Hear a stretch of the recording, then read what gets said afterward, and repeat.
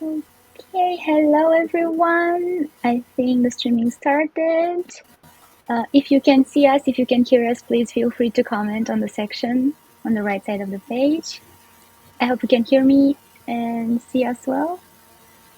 Okay, then I will start with presenting you in English first.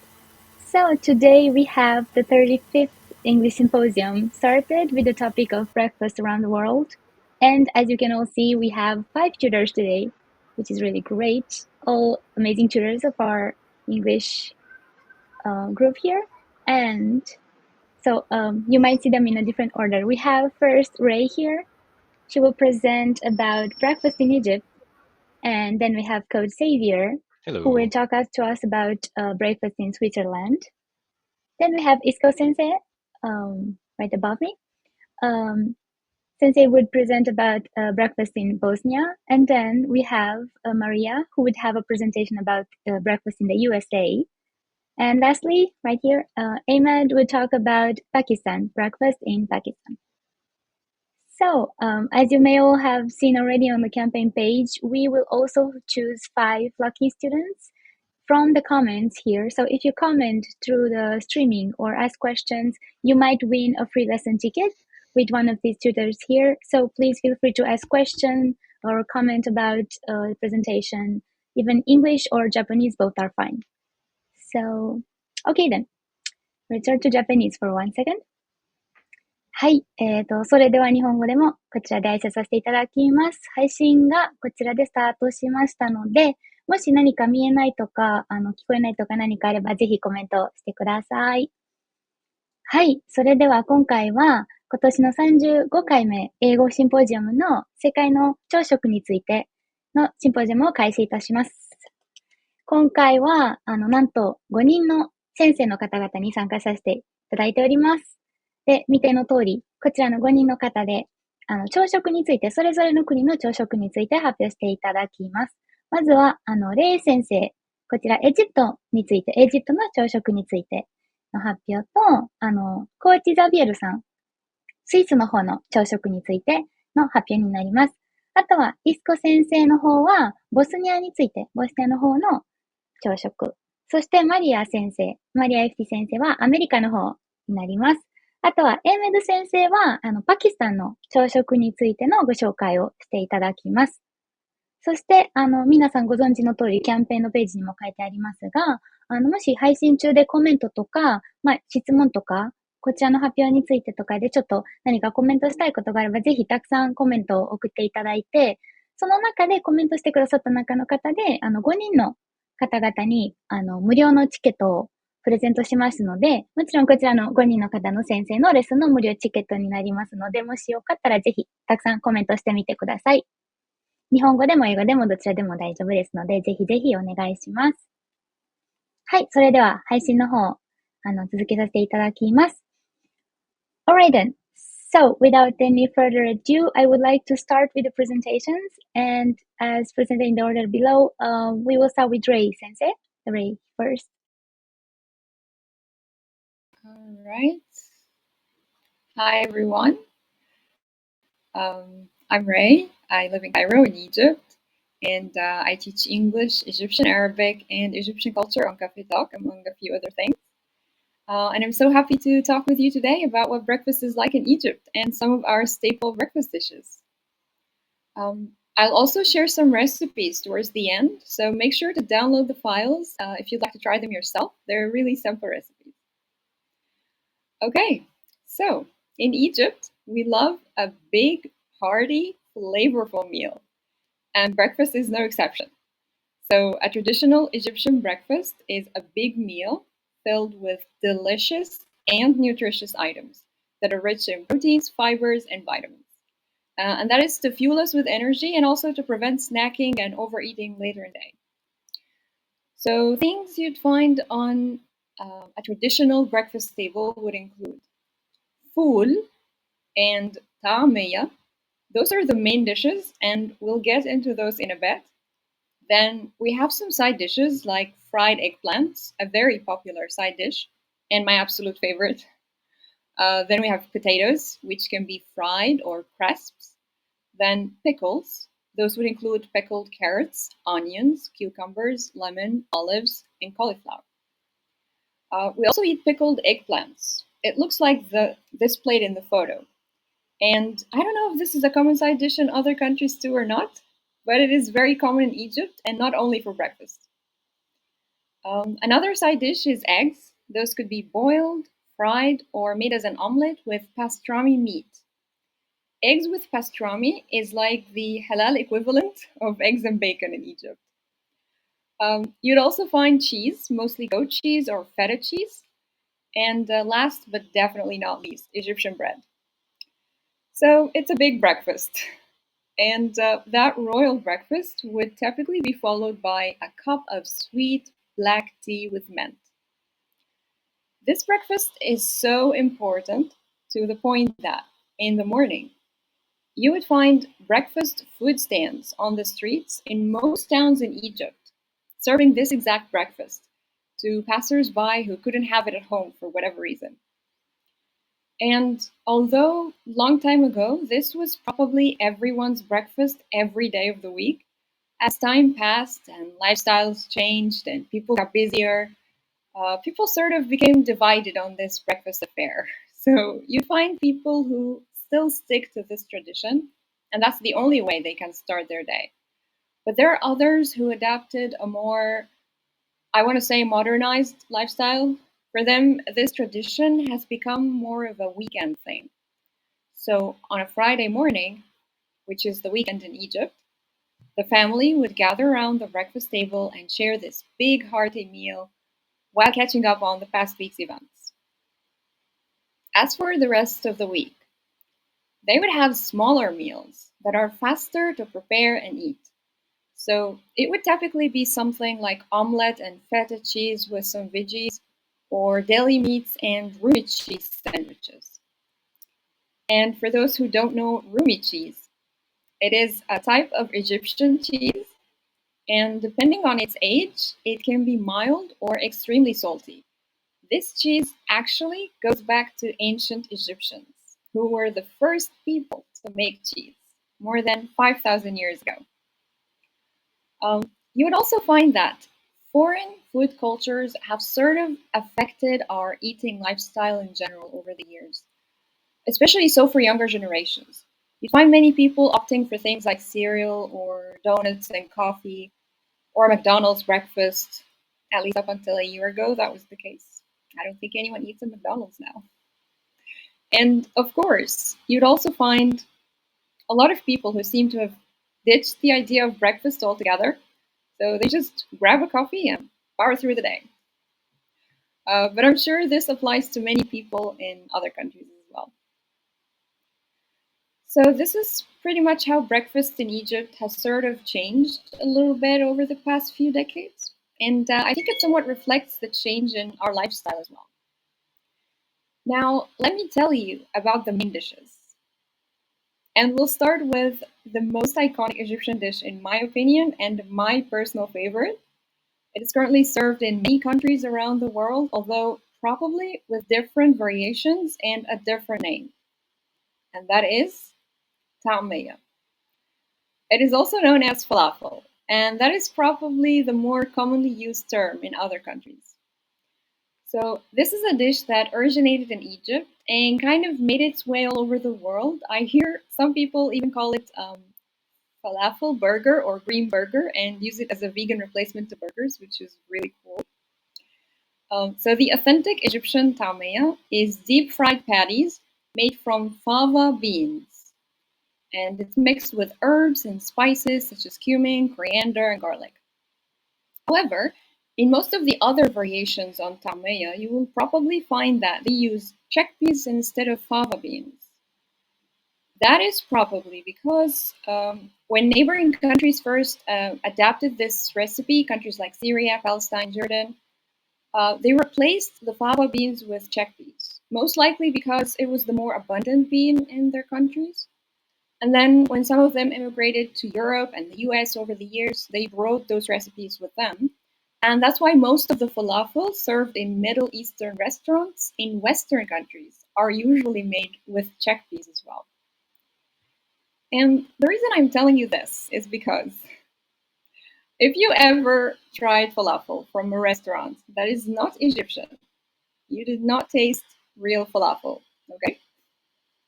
Now, I have never tried those other variations of falafel, but most people who tried both would often say that the original Egyptian tamia tastes a lot better, mainly because of the fava beans. The beans make it lighter, fluffier, and with more of a moist texture.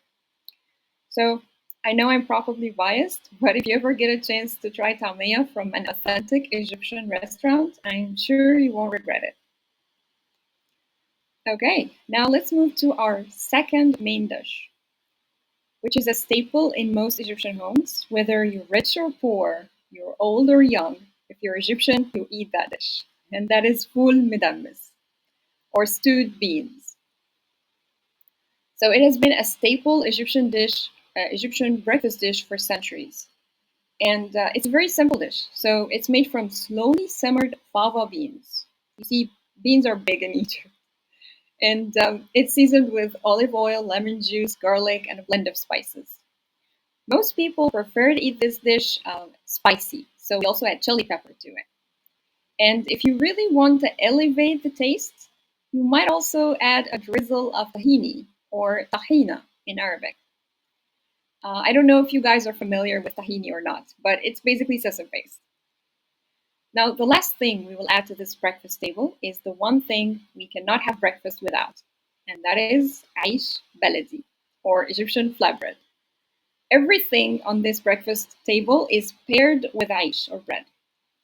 Now, did you know that bread making also goes back to ancient Egyptians? They were the first to bake bread, including sourdough and whole wheat bread, among other types. And I'm kind of embarrassed to say that, even though I eat sourdough bread almost every day, I did not know it was an ancient Egyptian bread until just a few days ago when I was preparing for this. So, back to the Egyptian flatbread. I think the closest thing to aish baladi that you might be familiar with would be pita bread. Again, because it is the more commonly eaten bread in countries like Levant countries and Gulf countries. Their Egyptian bread is made with 100% whole wheat flour. It is also softer and more chewy than pita bread. In some parts of Egypt, however, instead of aish baladi, they eat something called fatir mishaltet. It's a type of Egyptian pastry, a flaky, crispy pastry, and it consists of thin layers of dough and fresh ghee. This is especially more popular on the breakfast table in the countryside in Egypt, because they have easy access to those fresh farm goodies. Now, of course, there are plenty more of Egyptian dishes I could go on about for hours, but for today, this will be all.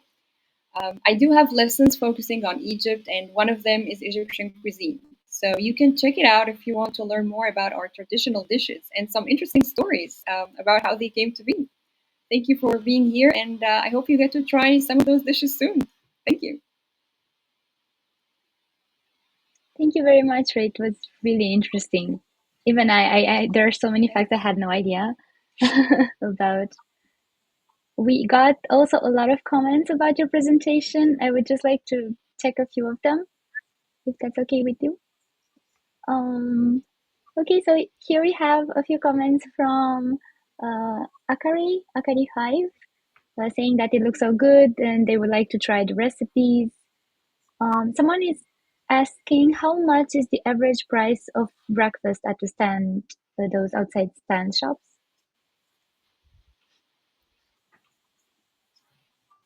If you know how Okay, much. so it would be, I would say,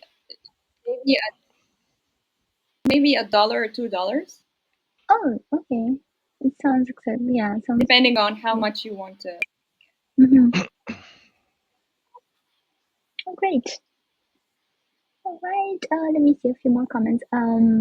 Someone here says that they love faith beans. Really would like to try those Egyptian falafels. Me too on that.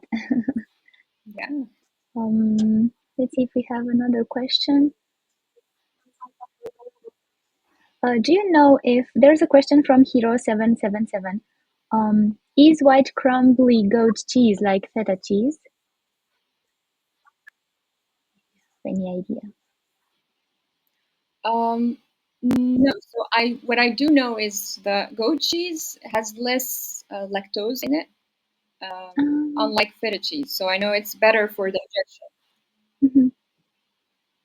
I see. Yeah. Thank you very much for answering. And thank you everyone for all the comments. We would like to go to each and one of them, but today we don't really have so much time. So we would like to go to the next presentation. And the next one would be CoachXavier with Breakfast in Switzerland. If you're ready, please go ahead. I'm ready. Good evening, everyone. Good morning. I'm not sure where all the people are based, but I'm super excited to be here today. And today I'm going to talk about breakfast in Switzerland. So I'm currently living in the US with my wife Maria in Georgia, so southeast of the US. But I was born and raised in Geneva, Switzerland. So I teach French on Cafetalk. This is my mother tongue, but I also have a conversational English lesson where I like to speak with students about different topics in English. So today I'm going to talk about breakfast in Switzerland, and we're going to see that the breakfast is really related to the weather. So the weather is nice in summer, but in winter the weather can be very, very cold. So what we usually like, it's like heavy breakfast that fills you up. This way you can have an active day working and you don't feel hungry after a couple of hours. So I'm going to present six main breakfast dishes today. The first one is not typical to Switzerland because we find it in France and probably in Austria and in Germany and in other European countries. We call it rice pudding. So it's basically a mix of rice that is pretty creamy, and we add it to it some milk and sometimes some jelly, some sugar, some cinnamon. People like it hot. I prefer I enjoy it more cold, and I really like the taste because it's kind of a comforting meal. It's sweet at the same time and it's really creamy, and I love the flavor of cinnamon added to it.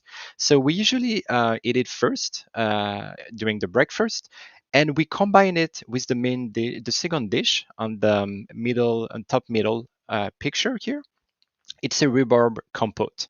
So this compote is basically crushed rhubarb all together mixed with sugar again. So there's a lot of sugar in the Swiss breakfast. So we mix it with sugar and also cinnamon and other spices.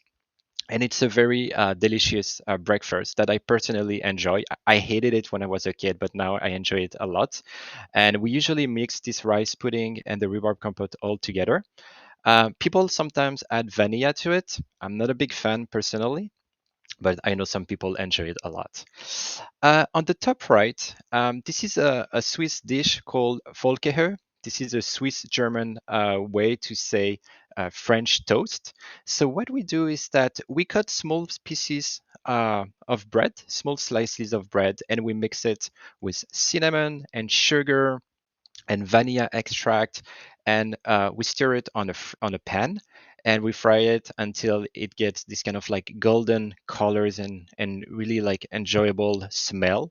And we eat it usually with some bread on the side, sometimes with some jelly. This is a dish that we eat hot, and that we like it also during cold winters. On the bottom left, you can guess cheese. We have a lot of cheese in Switzerland. This is I miss, especially in the US. We don't have the same variety and diversity of cheese in the US. We have more than 450 different types of cheese in Switzerland. So of course it's going to be part of the breakfast. We like our cheese with pecans, with nuts, with additional fruit sometimes, and we combine it with a charcuterie board. So it's also a mix of different salami and prosciutto and ham, and I also particularly enjoy it in the breakfast with the cheese. And when we eat the cheese and the salami, we always want to have a glass of water next to it because it's pretty salty. So there is people that like sweets in the morning, sweet food.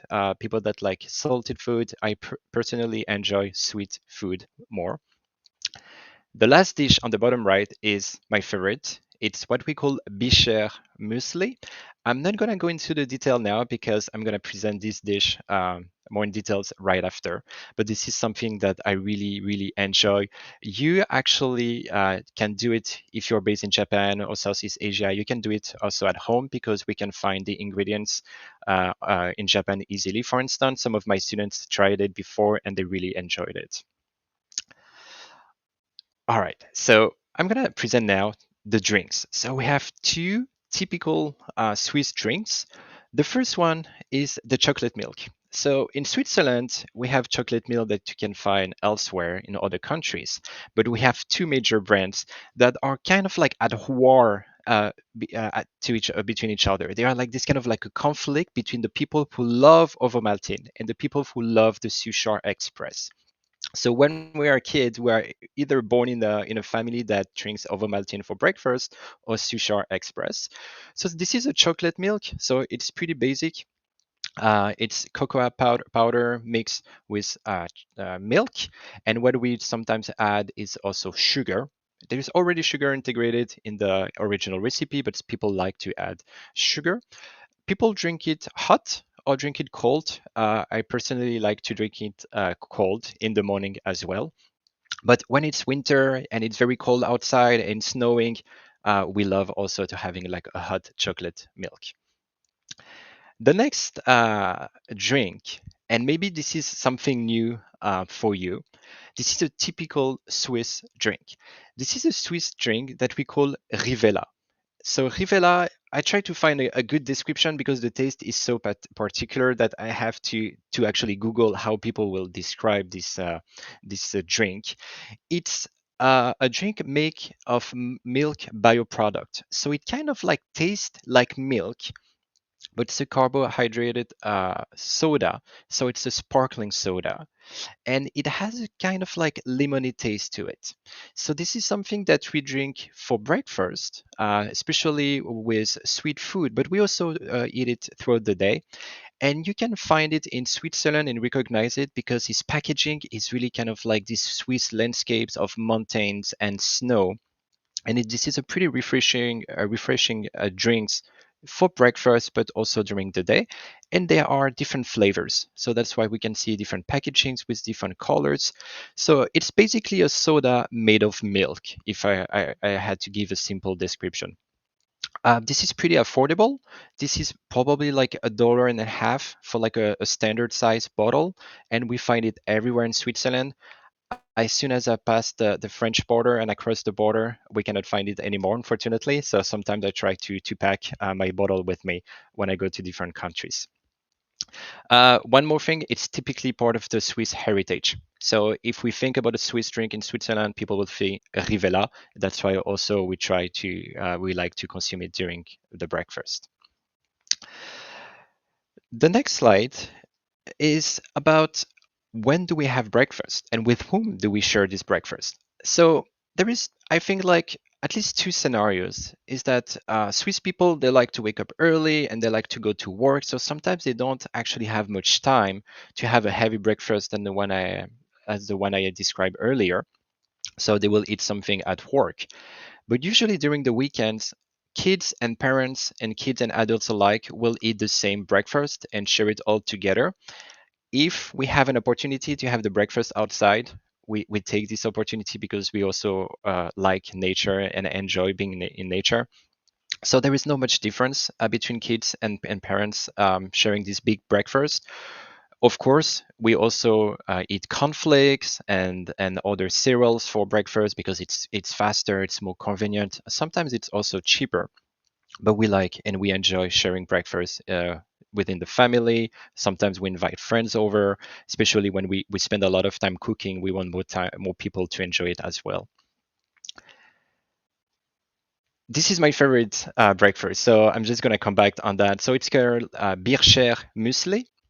So if you have the time to screenshot this slide, you can try to reproduce this recipe at home. It's very easy. It's not so expensive. And it's something that usually takes maybe 15 minutes, 20 minutes maximum to prepare, and it's pretty healthy. So we have a base of oatmeal. We add a lot of pecans and other nuts to it. And then people add to the mixture either milk or yogurt. And sometimes they even add cream to have this very creamy and very comfortable texture. We like to add sugar and cinnamon, sometimes vanilla. There are a lot of different variation of this main recipe, but this one is my favorite. I especially enjoy adding fruits to it: raspberries, blueberries, cranberries, any type of berries that we can find. I'm a big fan of this. And this is something that you cannot actually store in the fridge overnight, unfortunately. So once you take the time to prepare it, you also need to have the time to actually eat it. And it's called Bircher muesli. Fun fact: in Switzerland, we have a Sunday tradition. We called it brunch in the Alps, especially for the 1st of August, when this is the national celebration in Switzerland. On the 1st of August, we like to go up in the mountains and have this breakfast with our friends and with our family. A lot of restaurants will actually offer these dishes on a terrace, so again outdoor and outside, because we like the feeling of being in nature and enjoying a healthy product and healthy food in nature. So when I was a kid, every year on the 1st of August, I will go with my family in the mountain and have these beautiful dishes and enjoy it. I will have my cup of chocolate milk, maybe a small bottle of Rivella on the side. And this is a very enjoyable moment that we appreciate a lot. If you have the chance to visit Switzerland one day, this is something you can do all year long. You don't have to wait for the 1st of August. You can go to any restaurant that are in the Alps, in the mountains, and ask, can I have a typical Swiss breakfast? You have a menu about it. And usually they have a menu just for that, just for the breakfast, because they know it's a Swiss tradition. But visitors and tourists are always invited and welcome to share it as well. So I think that's it for the Swiss breakfast. So you see that we have typical Swiss dishes. We have common ones that are maybe Bisher muesli that we share with our neighbors, like German neighbors or Austrian neighbors. But there is always small variations, and we like to say, "Oh, this is our own main, or this is our typical Swiss breakfast, for instance, or Swiss muesli." So this is something that we also enjoy as well. I teach French online on Cafetalk. So if one day you're interested in taking a French lesson, don't hesitate to send me a message. But I also have one conversational lesson in English. And I always welcome the opportunity to teach French, because if you have an English language background, it's also easier to learn French. All right. I don't know if there is any questions, but thank you. I really enjoyed this opportunity to talk about Swiss breakfast, and I will welcome any question if there are so. Thank you very much, Xavier. It was a really interesting and also delicious presentation. Thank you. I think it's not just me saying. I saw there are some comments as well. I think most of the people watching right now, they love cheese. There was a comment with caps, "I love cheese," with a really long E's. So it's a really good idea.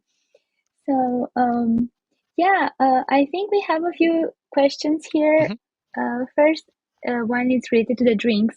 So Tukikusa is asking, which Rivella drink do you like the best, or which one would you recommend us to try?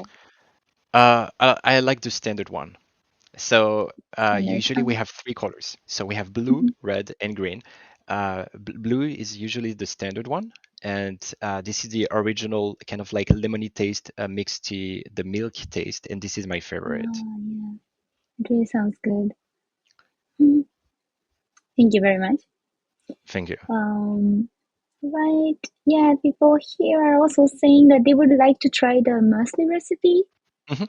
Having a breakfast in nature also sounds good. And merci beaucoup.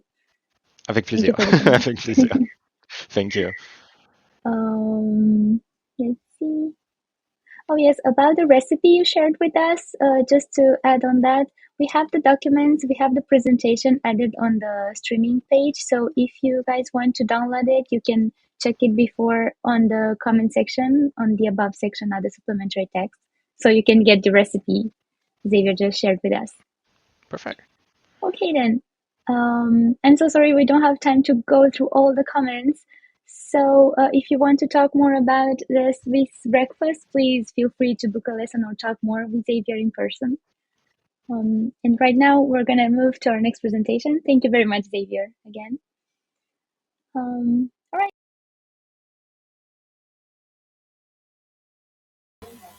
Okay.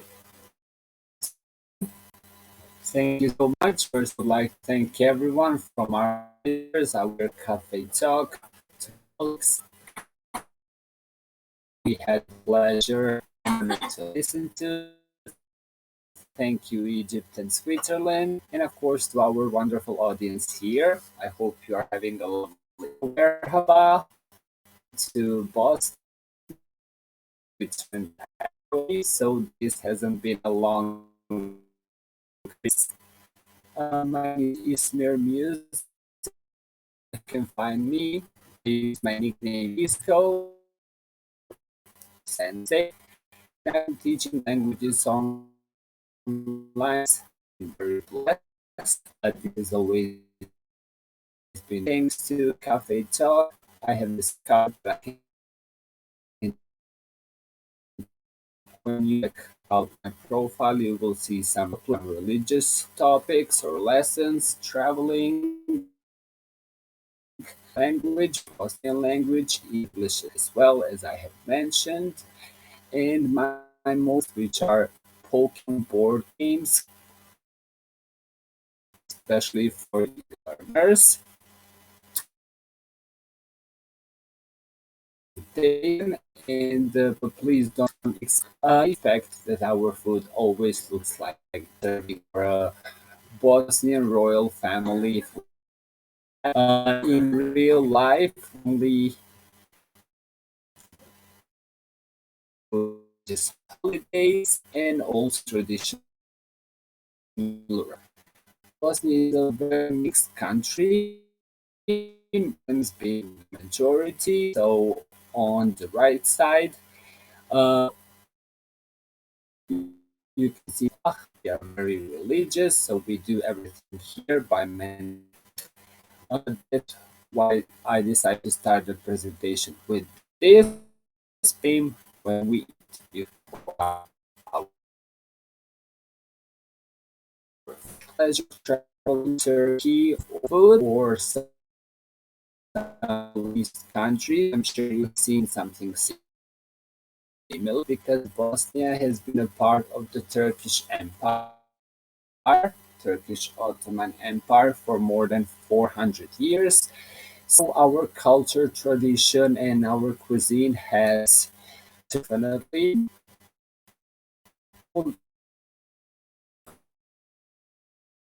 We are a small country located in South. Go to the next part, Southeast Europe, with a population of only 4 million people. There are some specific things that maybe we have 3 presidents at the moment or trying to function together. To depending who you meet in the country, someone say they accept one flag. And in my experience of them, I prefer this one, the flag from the 9th, where we were attacked. Fortunately, we had a big war, so this is kind of our flag when we declared it.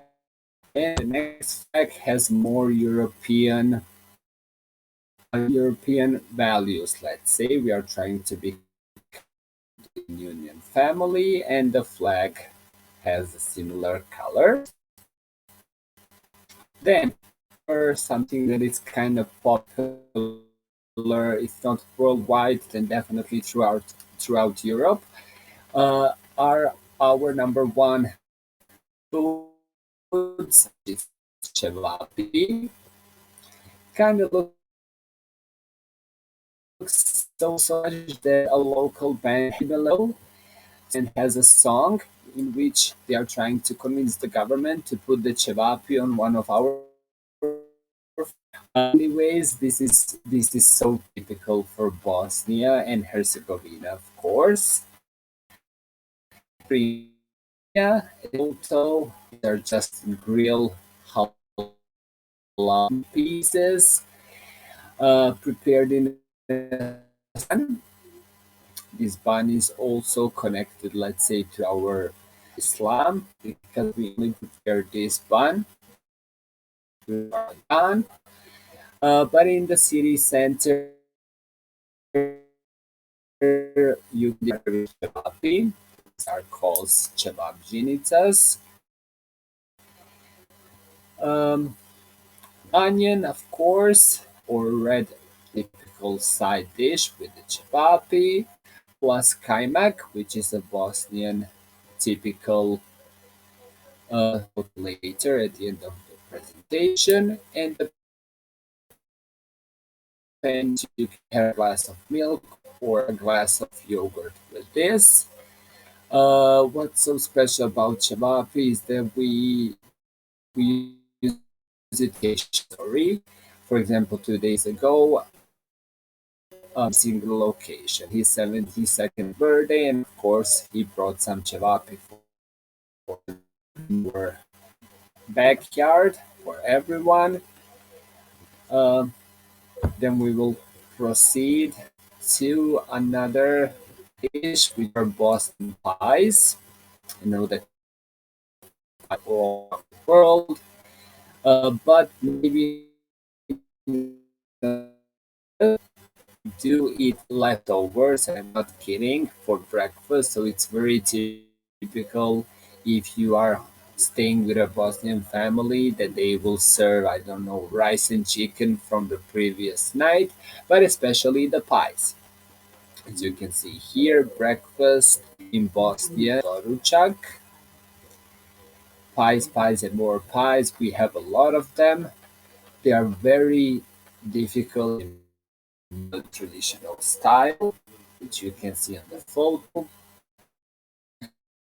A frozen one, but it's not, and it will never be as the original. I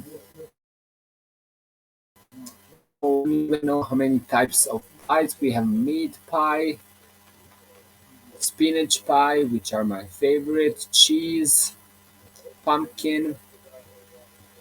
Special people, uh, let's say it's made out of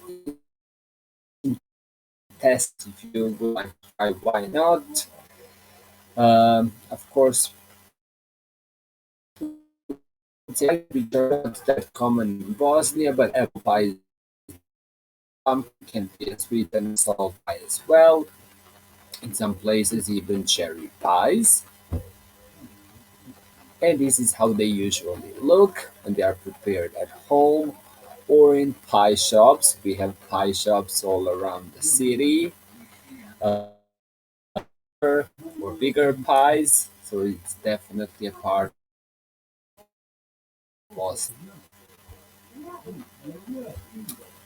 And here we have a saying, good pie, good marriage. It's often considered a joke for some people. Some people maybe take it seriously.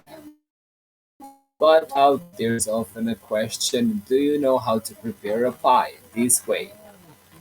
Not a frozen one.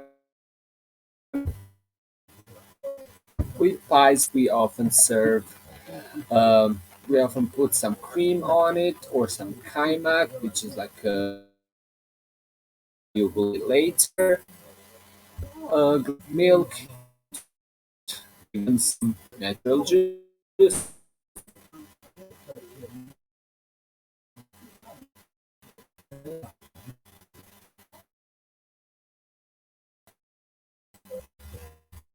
And we are going back to the normalish, to the regular first. We have uštipci or fried, of my favorite options, definitely. Easy to make. You have a shorter, let's say, version, which are called lokumi. Lokumi are easier to make. You can prepare them in a 40 minutes minutes, you have to start working on the previous night.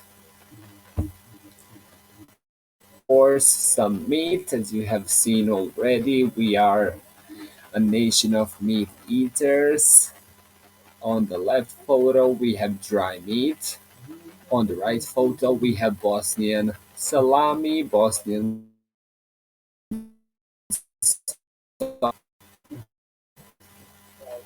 and then the kaimak, I was telling you about it on the bottom right photo. On the top left photo, we have and cheese from a little city called Livno, which is very popular and very delicious.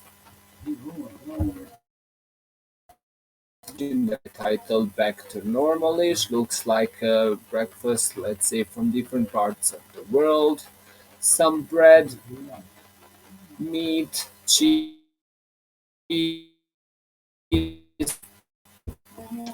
I love this photo, so I had to include it in my presentation. Here we have some fruits as well. Fruits are not common in the recent years. Let's say some people, younger generations, are trying. They eat watermelon or just melon, nowhere near to being traditional here, and I don't think it will ever be. Boston breakfast would look like at a restaurant with all the ingredients from our previous photos plus eggs, of course. Typical serving dough, some cheese, for example, some tomato.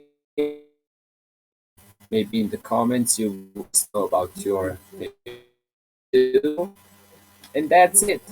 So Bosnia equals meat, 99% of the case. Thank you so much for listening. It was my pleasure to meet.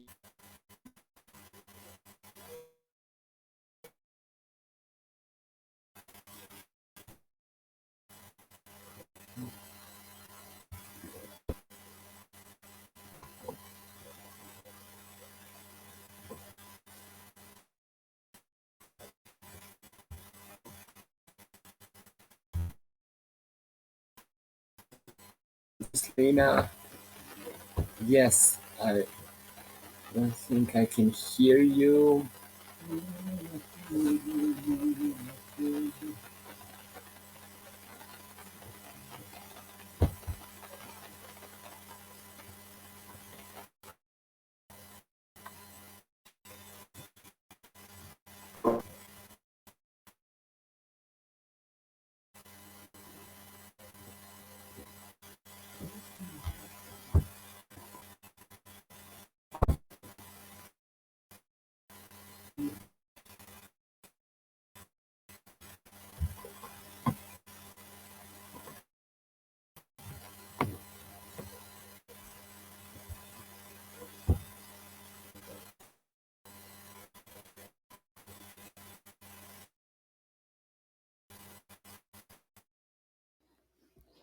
Hi, everyone. My name is Maria. I am so excited to meet all of you today, and thank you all for coming and listening to our presentations. We all are very, very happy to have you here.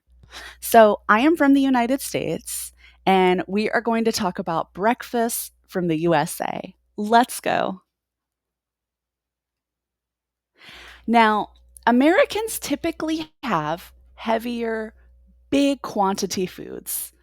With our breakfast, it's usually on the unhealthier side. Sorry. And it is really, really tasty. Now, we have different kinds. There are people who really just enjoy on-the-go kind of breakfasts where they have cereal. Like my husband mentioned, he likes cereal and muesli in the mornings because it's simple. It only adds 2 ingredients. You have milk and then you have cereal. And with this, it's a typical fast breakfast. You get your kids fed in the morning before you go to work. You have your meal. It's on the healthier side, and it doesn't require much preparation. Now, it's not so typical to have this every single day. Americans, we typically like to have the bigger breakfasts. So if we wake up early enough, we will take our time to prepare a more enjoyable breakfast, I would say. So one of the big trademarks in the US is a breakfast sampler, which is photo number 2. The breakfast sampler comes with your choice of eggs. So we can get our eggs over easy, which means lightly fried. The yolk is still pretty runny. And then you can have your second option, which is over medium, which is the in between. And then you have over hard, which is when the yolk is solid and hard, not runny at all. Or you can get it scrambled, which is what you would see in photo number 6. So you would have your choice of 2 eggs, a protein, so any kind of meat. In America, we really love bacon. And I've lived abroad and had a really hard time finding bacon, and it was the one thing that I missed about my breakfasts. So we have bacon with it. Sometimes people will get sausage links, which is what you would see in the bottom right photo, number 6. And then, because vegetarianism is going up and it's becoming a healthier option, a lot of Americans will get the fake meat substitute for those bacon or sausage links. The next option that we like to do is French toast. That is picture number 3. With French toast, it's basically thick toast that we dip in a mixture of eggs, milk, vanilla extract, cinnamon, and sometimes sugar. Now, when you mix that together, you then lightly fry it on a skillet on both sides. Some people like this crunchy, other people like it soft. It's really a personal preference. Now, French toast usually comes with butter, syrup, depending how unhealthy you're going, whipped cream on top, and then your choice of fruits sprinkled on. The next thing that we have is sometimes when we are on the go, it seems like we'll have a sandwich or we'll have biscuits. So we'll go to a fast food place to get our breakfast. It's a sandwich with a protein, once again. Usually it's bacon, egg, and cheese. This is the most famous. You can get this on toast or you can get it in a biscuit. And I live in the South, so we have really big biscuits. We call them Southern biscuits. And they're really tasty and really good. And it kind of just brightens up your morning. I like mine with tomatoes inside because tomatoes are really delicious. So sometimes we'll put a veggie in there. Tomato is usually the most common vegetable for breakfast foods. All right, and then we have waffles. These are actually Belgian waffles, and they're really popular, especially in hotels. So when you go to a hotel, one of the advertisements in American hotels is that we serve Belgian breakfast in the morning with our waffles. They'll have butter, fruit, and usually there's whipped cream, syrup on the sides. And then number 6 is a photo similar to number 2, where you have that breakfast sampler. So that kind of sums up a big amount of different kinds of food that we have for breakfast. Now, the thing that we like to pair our breakfasts with is, as adults, we'll have coffee or tea, and this is American coffee. American coffee is made quite differently than other coffees. We use a drip format, so it really stays inside the filter for quite some time as it drips down into the main container. And sometimes Americans will say that our coffee has more caffeine. I'm not really sure if that's the way it works, but that's what we like to say. And our coffee culture is quite heavy. we like to spend a lot of time drinking our coffee, usually in social settings. We have lots of coffee shops in America. We sit down and it's kind of a leisure activity. Now, if you have coffee or if you have tea, as an adult, we'll pair it with something else. We'll either have a juice, orange juice or apple juice, or we'll pair it with water. It is not so typical that adults drink milk. This is more of a child's breakfast drink, milk or chocolate milk. And then sometimes the healthier option would be to have a smoothie in replacement of all foods. So you'll see a lot of smoothie shops open for breakfast in the morning. And that's kind of how a lot of people will get all their fruits and all their vegetables. And then depending on the season, you'll start to notice that in fall and winter, coffee shops will start to advertise for certain kind of lattes. Pumpkin latte, chai latte, to really get us into that fall mood. Hot chocolate is really advertised in wintertime. It's kind of one of those comfort drinks for Americans. Now, the next thing is home, having your breakfast inside at home with your family, or going and doing something social. We typically, most days of the week, will have our breakfast in the house before the kids go to school, before we go to work, and we'll have our meal together as a family. Now, if it's a weekend, we kind of get a little crazy and we like to go out into fun restaurants. IHOP is a very traditional American breakfast restaurant, and it stands for International House of Pancakes. So originally, their main focus was just pancakes. And pancakes are similar to waffles and French toast. It's a breading type of flat, the bread made of wheat that we eat with butter and syrup and fruits. But over the years, IHOP has become so popular that now they're open 24/7 and they have a 15-page breakfast menu. So as you all remember from Xavier, he's my husband, and I remember the first time I took him to IHOP, he was just amazed at all the different options there were for breakfast in this restaurant. So it's a really popular thing. And we also do brunch in America as well, similar to other countries, where you have breakfast for lunch. So that's a fun thing. Now, kids versus adults. Kids love cereal because there's lots of sugar inside. It's sweet. They usually have cartoon characters on the front. So kids, the best way to get them to eat breakfast is to go with the sweet option. It's not always the healthiest, but it is the easiest. Adults tend to move towards salty foods. So we really like, those proteins that are salted, sausage, bacon, eggs, cheese. That's kind of really our jam in the States, as I would say. My personal favorite are sausages and bacon. I love having them for breakfast in the morning. It's something that, really brightens up my day. I like eating them with poached eggs, kind of like that healthy balance. Poached eggs is when you boil eggs in water. There's no oil involved. It's not fried. It's a little bit of a lighter version of that. And then in the South of America, we have grits, which is a wheat, and it is a cream version of that wheat. And we mix it with butter, cheese, tomatoes, bacon, whatever you can think of. It's definitely a Southern United States staple food that you get with your breakfast. And then we have hash browns and biscuits, as I mentioned earlier. And in the South, we have like big biscuits. And tomatoes is usually the vegetable that pairs with most breakfast salted foods. And butter is a topping with salt and pepper of your choice. We also, again, pair that with a juice, typically orange or apple juice. My favorite is orange juice, and I love having our American coffee with cream and sugar. So that's kind of my typical American breakfast when I have time for it.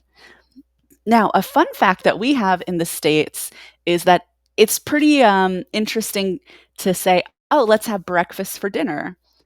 People will not blink twice. If you say breakfast for dinner with the family, or if you're having your friends over and you kind of want to do a fun get together, it is pretty common We love breakfast in the States. We say it's the most important meal of the day, and sometimes we'll spice up our day just by doing breakfast for dinner.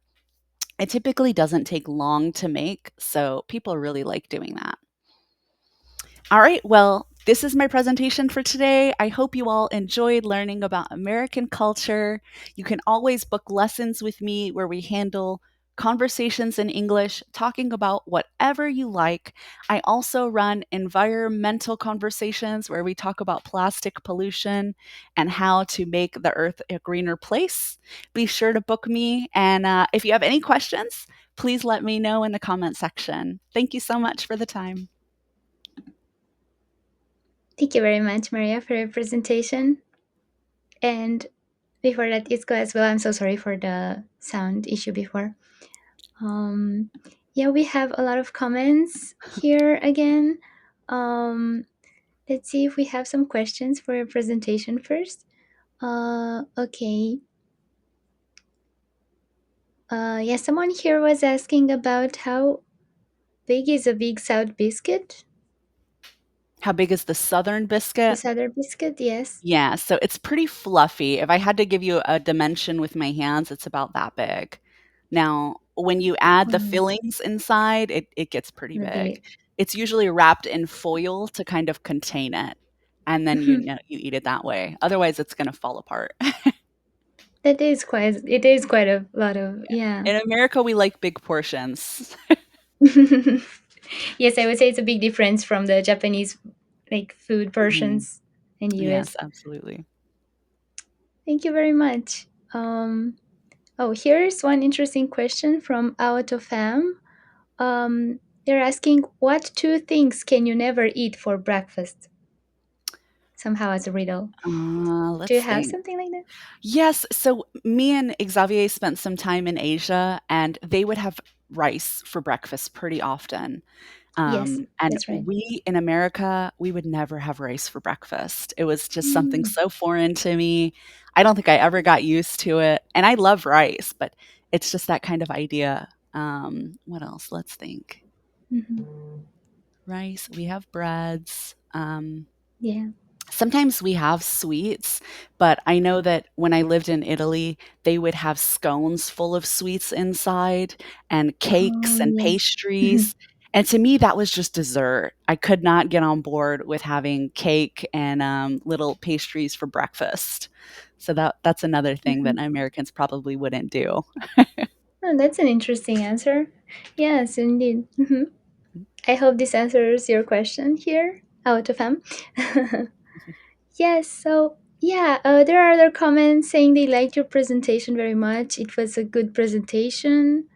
Okay, just one more. Someone is asking if you know if there are any famous restaurants or cafe like Starbucks, but for breakfast, let's say in the USA.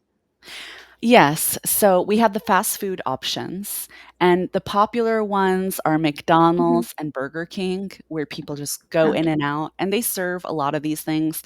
They don't really typically serve the whole breakfast sampler, like what I mentioned, where you have the eggs and the protein and biscuits and grits.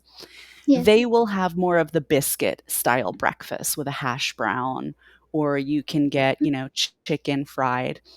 We have Waffle House and Huddle House, which is the in between of a sit down restaurant, but it's fast. And they will have all the options that you want. And then, of course, as I mentioned, IHOP. IHOP is by far the most popular. It's everywhere. And people really love going there. It's been around forever. And it's more of a restaurant feel. Yeah, you can see it. Notice like biscuits and maybe waffles are quite often, even if it's not that sweet, I would say. Seems to be interesting. Yeah, exactly. Someone here, Hero777 says that I miss IHOP. So I guess you tried that before? Yes, that's funny. All right. Sadly, it looks like Ahmed has lost connections with us. We might have to skip his presentation, sadly. I'm going to try to see if we have some other questions. And to add to that, to the before presentation, the Isco's presentation, we did have a few comments about the pies you presented as well. It looks like a lot of people have a thing for pies. Akari said here that they like the cherry pie a lot. So yeah, it would be a good thing to try, the breakfast you presented there. Wonderful, yes, definitely. Pies are very popular all around the world. Yes, indeed. Okay, let's see. Okay, there's one more comment here saying that this is about Maria's presentation, I believe. I want to try that pumpkin latte and the Belgian breakfast and also the IHOP. Yes. So thank you so much for your story. Yes, you for absolutely. listening. Now that's only seasonal though. We don't have that in summertime. Yes. That's getting us prepared and in the mood for fall and winter. Mhm. Yes, great to know. So let me see. If you guys have any other questions right now, we can go through a few. If not, I think this would conclude the streaming. It's really sad that Ahmed couldn't join us at the end. It seems that connection is not really good right now. But if you would like to check his presentation, we also have it on the document posted on the website. So please feel free to have a look. And yes, I think we would conclude the presentation as well. If you guys want to say one last thing to our students here, so please feel free to say hi to them. And yeah, I think that would be it. So if you would like to see their profiles and to have some lessons with the tutors I just presented right now, you can just check their profiles from below the streaming. And yeah, feel free to ask some questions on messages over requests and have other lessons, of course. Thank you again, Ray and Xavier, Isco and Maria and Thank Ahmed. you. Thank you for having us. Thank you very much. So yes, this would conclude our streaming today. We hope to have you soon in some other streamings, and I hope you all enjoy those presentations. Thank you. Thank you. Bye bye. Bye. Have a good day. Thank you, Have a good everyone. day. Good evening. Bye bye. Have a good day. Have a good